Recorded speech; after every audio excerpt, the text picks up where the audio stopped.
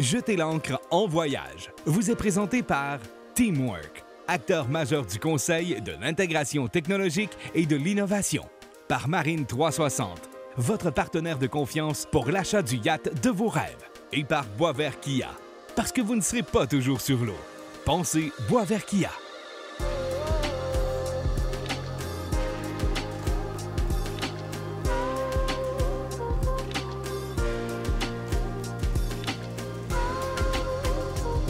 La Méditerranée a plein de belles destinations à nous offrir. C'est pourquoi cette semaine, on s'arrête à Nice, une ville mythique, un port fantastique et bien sûr, des attraits touristiques qu'il ne faut pas manquer, surtout la salade niçoise.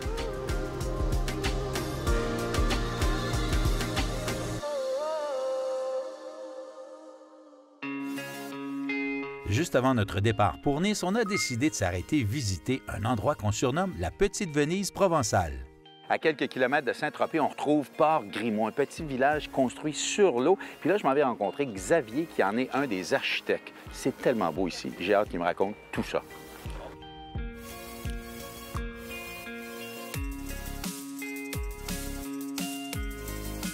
Alors, Port-Grimaud, ça se situe dans le golfe de Saint-Tropez, au fond du golfe de Saint-Tropez, sur la commune de Grimaud. Donc ça se situe à mi-chemin, en gros, entre Saint-Tropez et Grimaud. François Speric, qui était le promoteur et l'architecte de Port-Grimaud, il a eu cette idée, parce que c'était son rêve, de pouvoir mettre son bateau accolé à la maison. Donc il a inventé ce concept de canot qui permet à chaque bateau d'arriver à la maison et comme on arrive aussi par la terre, de pouvoir rejoindre sa maison en voiture. Pour choisir un endroit comme Port-Grimaud, il fallait qu'il y ait une distance entre la route et la mer. Parce que quand on a un voilier, même un petit voilier, il a un mât de 10, 12, 15 mètres de haut. Donc il faut que ce mât il puisse aller en mer sans croiser un pont. S'il y a une route entre le bateau et la mer, le bateau ne peut pas aller en mer. Voilà. Ce qui fait que Port-Grimaud ne ressemble ni à Venise, ni à Amsterdam, où ce sont des villes où il n'y a pas de voilier avec des mâts. Combien il y a de gens qui habitent ici? Il y a 350 personnes l'hiver et 18 000 au mois d'août. Donc, c'est beaucoup des résidences secondaires pour les gens. Voilà, c'est beaucoup des résidences secondaires, mais il y a quand même des gens qui vivent ici, des gens qui travaillent, des gens comme nous, les médecins, les professions libérales, les commerçants, les gens qui entretiennent les bateaux. Donc, c'est aussi un lieu d'activité. Ouais. On a à peu près 120 emplois. Ah oui? Sur la cité Lacus.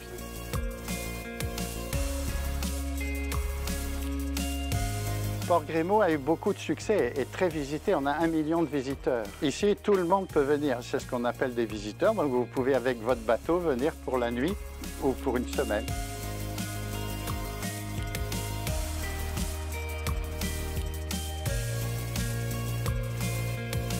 Bonjour Alain, ça va? Ça va bien? Ouais. Alors écoute, j'ai une petite expérience à te faire vivre. Moi, je suis guide touristique ici dans le golfe de Saint-Tropez. Wow. Donc je travaille avec plein de domaines viticoles. Et je vais te proposer une expérience autour du vin, mais sur l'eau.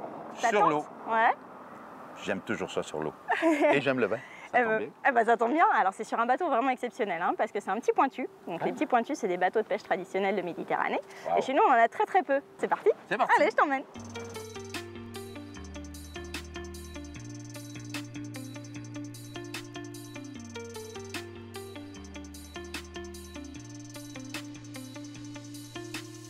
Capitaine, là. So Mike is English. Ah, Mike. Yes. I said it's pretty. I'm talking about the captain, of course. That is beautiful.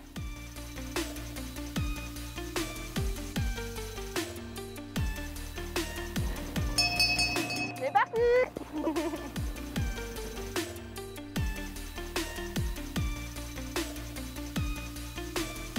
Bienvenue à bord. Je vous présente la carte des vins de Provence, hein, puis on va parler vin sur ce bateau. Donc on est situé ici dans le golfe de Saint-Tropez. Saint-Tropez est ici. Donc on est parti de Port-Grimaud, qui est juste sur la petite encoche là. Voilà. Et donc on est dans les vignobles de Provence, qui sont très grands, hein, toute la partie rose, ce qu'on appelle la OP Côte de Provence. Alors, je ne sais pas si vous aimez le rosé. Oui.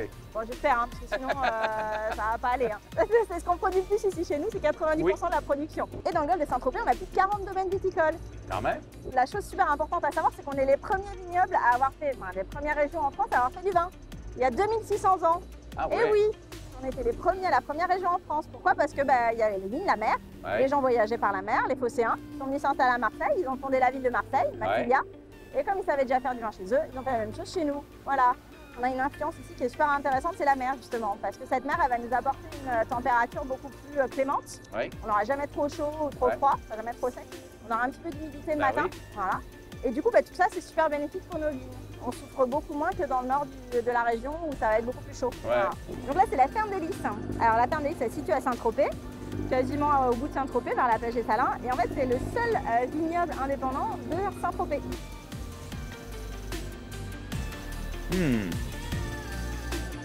Goûter un petit rosé dans la Méditerranée. Santé.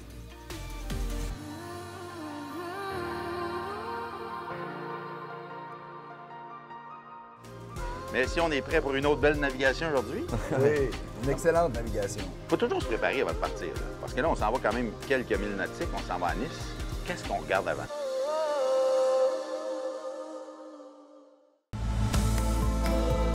Au cœur du Québec, Teamwork est bien plus qu'une entreprise de services en technologie. C'est une philosophie, un art de faire équipe. Que ce soit par le biais du sport ou de notre expertise SAP, cette culture nous permet d'accompagner nos clients dans leurs défis technologiques. Teamwork, c'est une équipe unie par des valeurs fortes à travers le monde, déterminée à innover ensemble. Prêt à relever vos défis technologiques? Contactez-nous aujourd'hui et faisons la différence.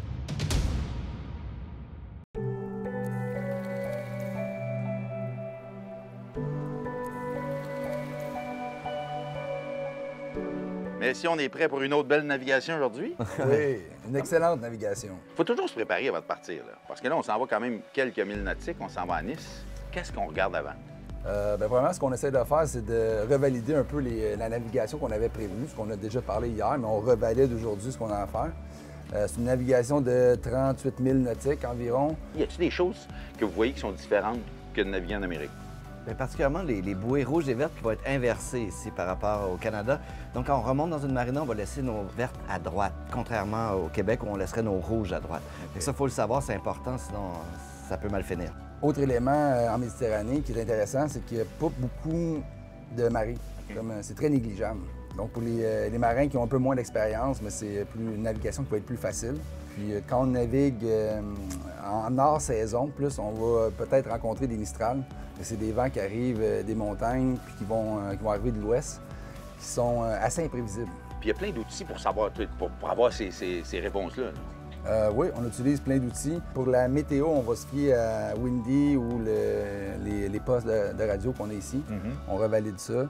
On utilise le GPS, on a des applications sur nos téléphones. Puis en réalité, ce qu'on fait, c'est qu'on revalide toutes ces informations-là avec plus d'une source. Est-ce que chez Oana, c'est des cours que vous offrez, ça, que ce soit la VHF ou la navigation, etc., lire les cartes? Oui, tout à fait. Le cours s'appelle Navigation côtière, extrêmement intéressant. On va apprendre justement à naviguer le long d'une côte, à prendre en considération les bouées cardinales, par exemple, ou toutes ces choses-là. Puis, qu'est-ce que c'est une bouée cardinale? C'est une bouée cardinale, elle indique la partie saine des eaux. Avec une bouée cardinale nord, on va rester au nord d'une cardinale nord. Au sud, il y a un danger, ça veut dire. C'est des bouées qui sont identifiées avec des couleurs? Jaune et noir, généralement, avec des petits triangles. OK.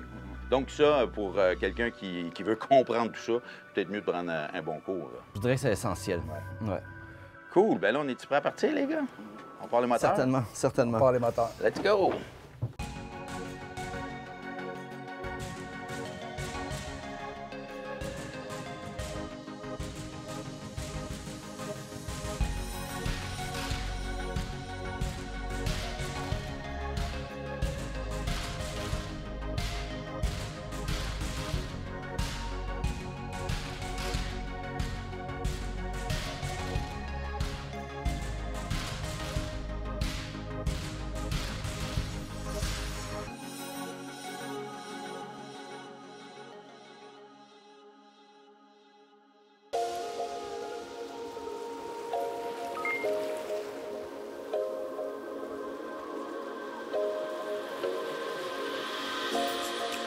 Alors donc nous sommes ici à Nice, sur la Côte d'Azur.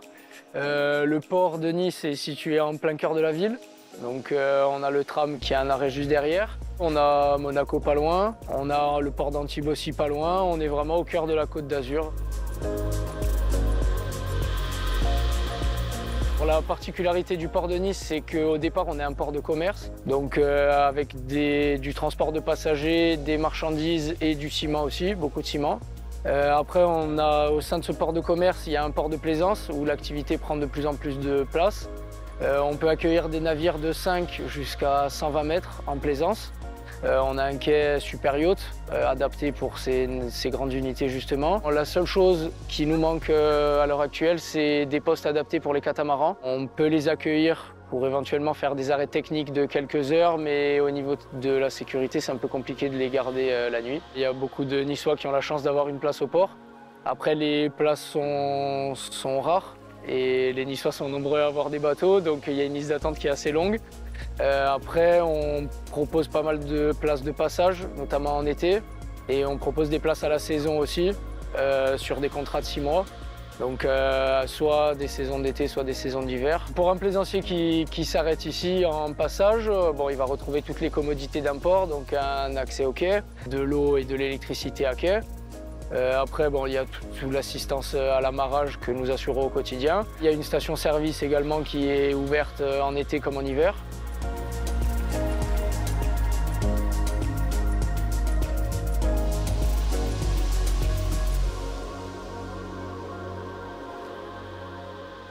Pour les places de passage, vous pouvez réserver soit directement par téléphone en appelant au bureau. Sinon, vous allez directement sur le site internet du port et vous avez la possibilité de réserver en créant votre fiche client, de choisir vos dates et après vous attendez la réponse. On a la chance d'avoir le port de Nice qui est au cœur de la ville. On a beaucoup de restaurants. On a le Vieux-Nice qui est à 5 minutes à pied. On a la promenade des Anglais qui est également à 5 minutes à pied. Nous, au service plaisance yachting, on met à disposition des vélos électriques pour nos clients. Donc on les met à disposition gratuitement et ça permet aux clients d'aller se promener en ville et de découvrir Nice.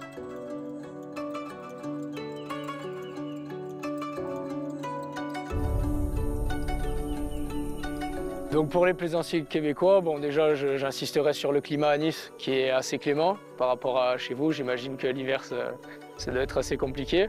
Et puis après, l'état d'esprit, la joie de vivre des habitants niçois et puis l'ambiance niçoise, tout simplement. Moi, je ne suis pas niçois, mais j'ai la chance de travailler ici et j'adore mon métier et la vie à Nice, c'est très agréable.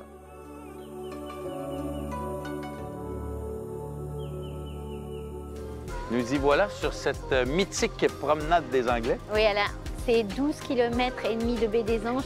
7 km et demi de plage, c'est l'endroit mythique où tout le monde vient se promener.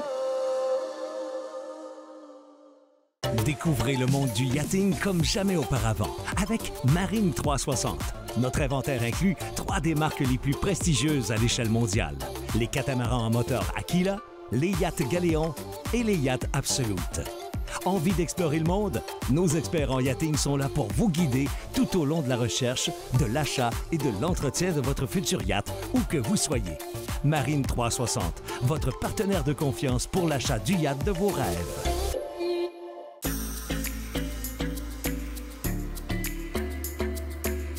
Sur la Côte d'Azur, Nice est la capitale du département des Alpes-Maritimes, une ville située entre mer et montagne, où il fait bon vivre et où les Niçois sont très accueillants.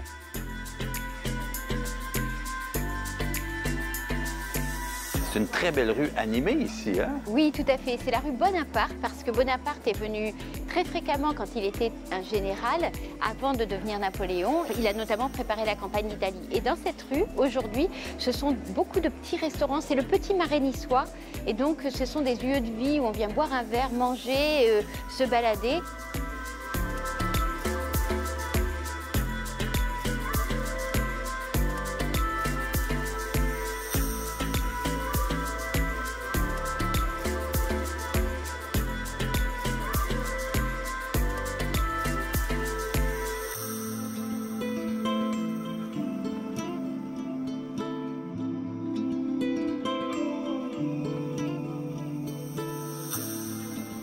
Nous sommes maintenant sur la place Garibaldi, l'une des 3 plus belles places de la ville. La première qui a été construite, c'était la place Royale, la place d'Apparat. Alors les moyens sont limités, on va utiliser le trompe-l'œil. Tous les décors qui sont ici, c'est de la peinture qui va donner ce lustre à la place. Et derrière nous, il y a la chapelle du Saint-Sépulcre, qui est l'un des 4 ordres pénitents encore vivaces aujourd'hui, et une très très belle chapelle baroque.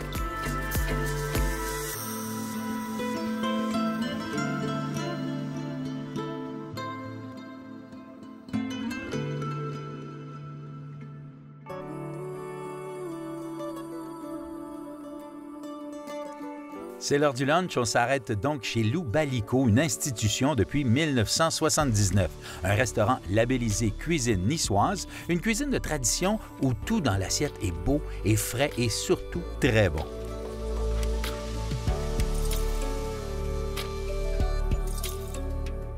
Sarah, on a mangé comme des dieux. Merci.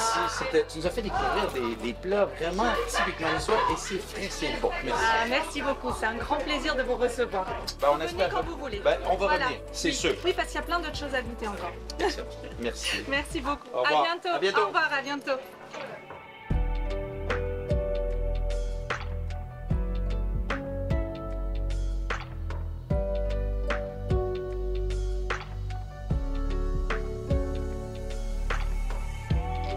Nous y voilà sur cette mythique promenade des Anglais. Oui, alors, c'est 12 km et demi de baie des Anges, 7 km et demi de plage. C'est l'endroit mythique où tout le monde vient se promener tout le temps, le week-end, en famille, entre amis.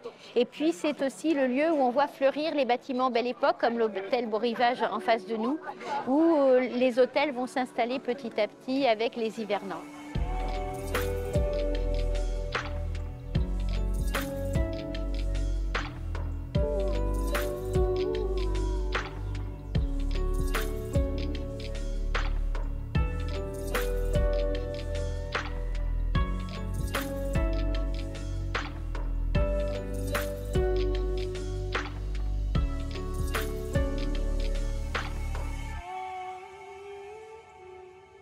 La chronique Bateau de rêve est une présentation de Marine 360, votre partenaire de confiance pour l'achat du yacht de vos rêves. Laurent, tu nous présentes un très beau bateau cette semaine de la marque Galéon. Exactement. Donc, cette semaine, on vous présente le Galéon 425 HTS, un bateau cruiser style express de 44 pieds hors tout.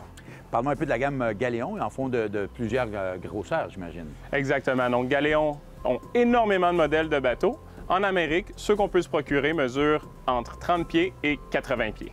Mais celui-là, il a l'air à se déplacer. On l'essaye-tu un peu? C'est parti. Vous allez adorer ça. Cool!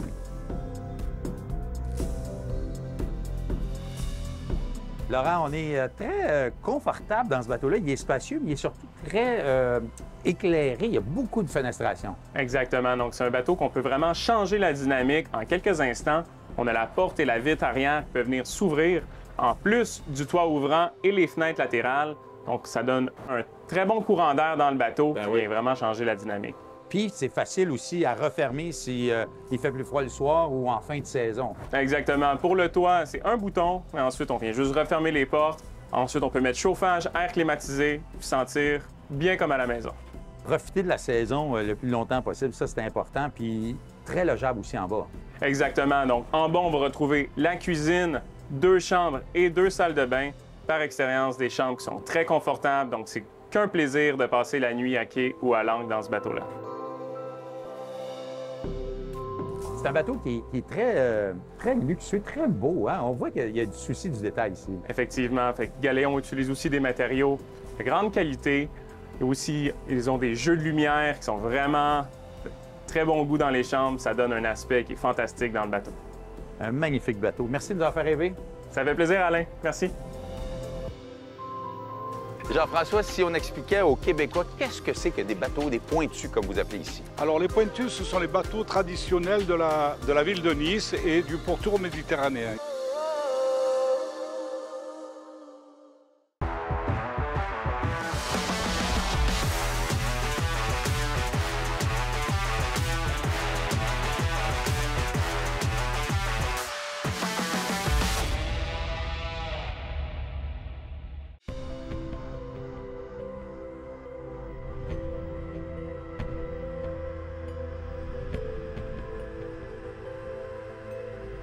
Jean-François, si on expliquait aux Québécois qu'est-ce que c'est que des bateaux, des pointus, comme vous appelez ici? Alors les pointus, ce sont les bateaux traditionnels de la ville de Nice et du pourtour méditerranéen. Il y en a dans toute la Méditerranée. Il y a plusieurs sortes de pointus, mais ils sont tous pointus devant et derrière, donc c'est pour ça qu'ils ont le nom de pointus. Ici, à Nice, c'est l'endroit où il y a le plus de pointus amarrés ensemble. Après le pointu, bon, c'était un bateau de pêcheurs à la base. Et puis les pêcheurs, donc il y en a de moins en moins quand même. Ils les ont vendus un peu à des passionnés de pêche, mais en tant qu'amateurs. Et au fur et à mesure du temps, eh bien, ces pêcheurs aussi ont disparu et les pointus maintenant sont pas mal pour la balade, pas mal pour aller faire un pique-nique en mer, tous ensemble. Voilà, le pointu s'est démocratisé. Et vous avez une association ici, vous avez beaucoup d'activités avec ces bateaux-là. Alors notre association, eh bien, elle regroupe 150 membres. 100 membres sont propriétaires de pointus, parce qu'il y en a qui sont associés. Et alors toute l'année, nous organisons des animations, des sorties pour les enfants, des parties de pêche pour les enfants, des sorties pour les seniors. Nous faisons aussi des journées pour les enfants et les adultes handicapés, en collaboration avec les Harley du Cœur, sur le port de Nice. Et ils sont beaux, ces pointus, ils sont multicolores. Comment on choisit? Qui choisit les couleurs de ces bateaux? Alors, qui choisit les couleurs? Si vous voulez, les pointus, ils ont été multicolores. Parce qu'avant, c'était les peintres qui peignaient dans les maisons, qui offraient des fonds de pots de peinture aux pêcheurs. Donc, ils les bariolaient un peu de tous les fonds de peinture qu'ils avaient. Bon, maintenant, on n'en est plus à ce stade-là et chacun choisit ses couleurs, mais des couleurs chatoyantes. En tout cas, c'est magnifique. Vous avez de très beaux bateaux, puis bravo pour tout ce que vous faites pour ces enfants et ces seniors également. C'est le but de l'association, c'est s'ouvrir sur le monde.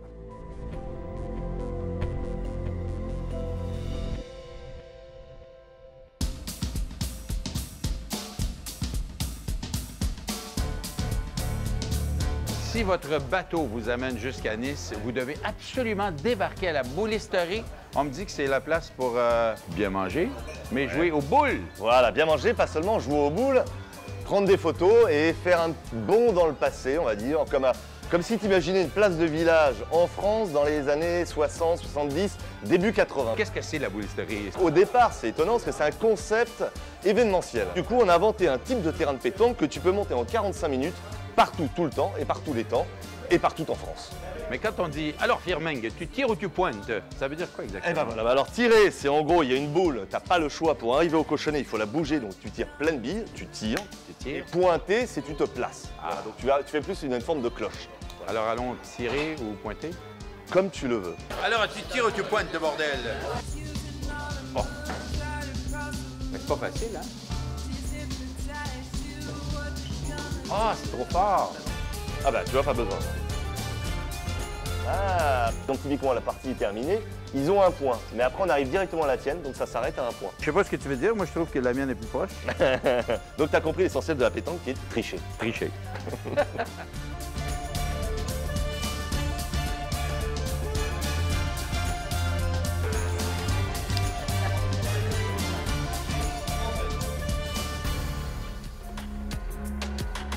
C'est déjà la fin de cette première saison de Jeter l'ancre en voyage. Un gros merci à mon équipe, Jean Ladouceur à la réalisation, Caroline au montage, Antoine aux images aériennes et Véronique à la direction de production. Merci à tous ceux et celles qui nous ont accueillis à bras ouverts et qui nous ont fait découvrir leur magnifique coin de pays. Merci à vous d'avoir été là chaque semaine et moi je vous retrouve très bientôt quelque part sur un autre plan d'eau. Jeter l'ancre en voyage vous a été présenté par Teamwork, acteur majeur du conseil, de l'intégration technologique et de l'innovation. Par Marine 360, votre partenaire de confiance pour l'achat du yacht de vos rêves. Et par Boisvert Kia, parce que vous ne serez pas toujours sur l'eau. Pensez Boisvert Kia.